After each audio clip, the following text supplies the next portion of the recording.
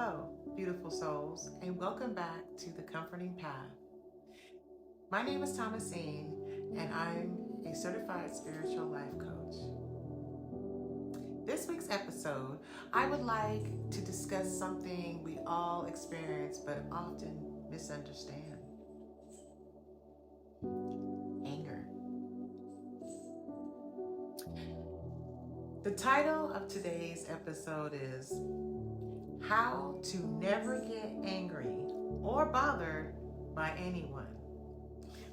It sounds crazy and ridiculous, right? That really might sound impossible at first, but I promise you, by the end of this video, you'll understand how emotional resilience can transform how you react to people's stress and triggers. So let's get into it. I'm sorry, my nose is itching. Something in here has got my allergies going. Let's understand anger, okay? Let's begin with a truth that might surprise you. Did you know anger is not bad? It's actually information. It tells you something inside feels violated, unheard, or unhealed. But here's another truth. Anger is a choice. Research in the neuropsychology shows that the psychological lifespan of anger, that chemical reaction in your body, lasts about 90 seconds. After that 90 seconds, staying angry, guess what? Becomes a choice, a thought, something you mentally continue to feed. That concept, known as the 90-second rule, was introduced by neuroscientist Dr. Jill Bolte Taylor. She explained that when a person triggers you, your brain releases stress chemicals that last roughly a minute and a half. If you're still angry after that, my beautiful souls, it's because your mind is replaying that story. Think about any time you get angry, and it goes on for days and days. So next time someone upsets you, breathe through that 90 seconds. Don't speak, don't act. Just breathe and let that chemical surge pass. You'll notice that after that minute and a half, you're calmer, clearer, and move powerful in your response. Way far more powerful. Let's talk about the button pusher myth. Have anybody y'all heard of the button pusher? We've all heard it. The phrase, they know how to push my buttons. But here's the spiritual truth. A button only works if it's connected to something inside you. Think about it. If someone pushes your button, it's not their power, it's your unhealed wound that is reacting. Think of it this way. That trigger is showing you exactly where you need healing. If someone disrespects you and it sounds, I don't know, like it sends you, into rage, ask yourself, does this remind me of a time I felt disrespected before? Is this connection how my parent, my partner, or my boss made me feel years ago? Anger isn't random. It's often a memory of pain resurfacing in the present. So instead of reacting, pause and reflect. That moment of awareness turns pain into wisdom. But let's ask yourself, what is this really about? Is this about how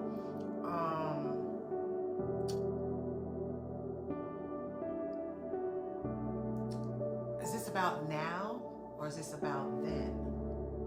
When you can identify the root emotion, you disconnect the button completely. Totally disconnected. Let's talk about the second emotional revolution. Here's something powerful. Anger is rarely your first emotion. Did you know that? It's what psychologists call a secondary emotion, meaning it's usually hides something deeper beneath it, like hurt, fear, or vulnerability. Imagine your anger as a security guard, okay? It's there to protect you. It stands tall and says, no one is going to hurt me again. But behind that guard is your true self, the one who is hurting, who feels unseen, who just wants peace, wants to be heard. So that next time you feel anger rise, ask yourself, what emotion came before that anger? Maybe it was disappointment. Maybe it was fear. Maybe it was sadness. When you name the real feeling, you begin to hear it. You begin to heal it. And the anger dissolves on its own.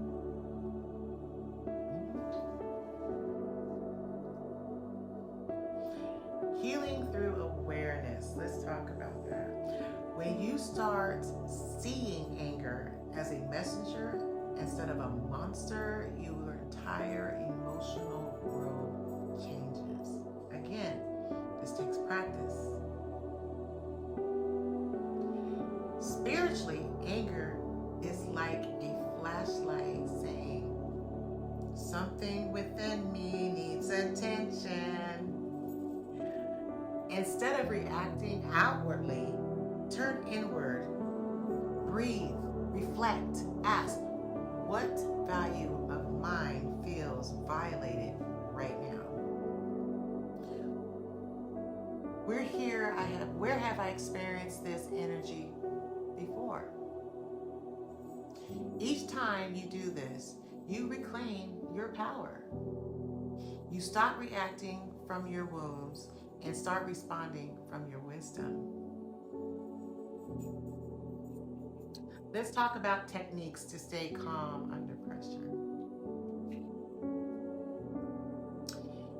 Here are practical techniques, emotional resilience people use to stay calm. And some of these are some of the ones I use, like I did the other day. The 90-second rule, breathe through the chemical surge of anger. You can, the pause practice. Never respond immediately. Silence is power. Pause. I know I was doing that a lot. I was pausing and thinking. Refrain from triggers. Instead of, they made me mad, say, they showed me where I need healing. Some of these are words, just where it goes. Grounding breath.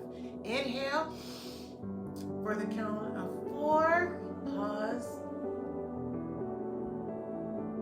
Exhale for 6. That's my favorite. Mantra reset. Repeat quietly, I choose peace. Remember, calm is not weakness, my beautiful souls. It's the highest form of control. Let's do some affirmations and spiritual closing.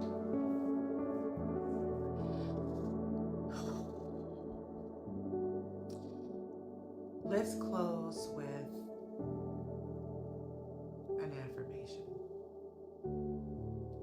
I release the need to react.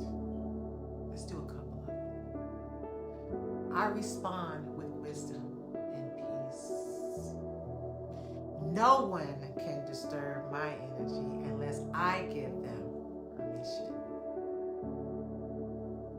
And what did I say? My calm is my superpower. Take a deep breath, my beautiful souls, and smile, because peace is your new default setting. Thank you for joining me today on the Comforting Path. If you found value in this message, I invite you to begin your personal journey toward emotional and spiritual healing. I'm currently offering a special promotion. Your first 3 coaching sessions for only $35 will explore the emotional roots behind your triggers, rebuild your resilience, and restore your peace. If you need to reach out to me, you can email me at thecomfortingpathcoach@gmail.com or connect with me directly on TikTok and Instagram at The Comforting Path. My beautiful souls, remember, your pause is sacred. No one can take it unless you hand it over. So choose calm, choose clarity, and keep walking the comforting path. Peace and blessings. Until next week's episode, peace and blessings. I am not defined by someone else's expectation of me. I give myself grace and room to evolve as I